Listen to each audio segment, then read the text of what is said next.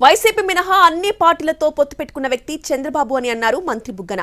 రాష్ట్ర విభజనకు ప్రధాన కారకుడు చంద్రబాబే అని అన్నారు. ఏపీకి స్పెషల్ కేటగిరీ స్టేటస్ పోవడానికి చంద్రబాబు కారణం కాదని ప్రశ్నించారు బుగ్గన.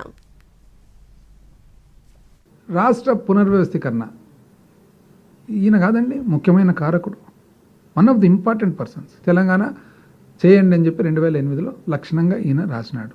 అప్పుడు ప్రధాన ప్రతిపక్షం అసలు అప్పు అంటాడు.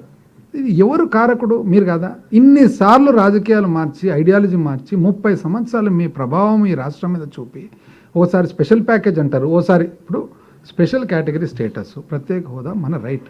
ఎట్లా పోయింది అది? ఎందుకు పోయింది?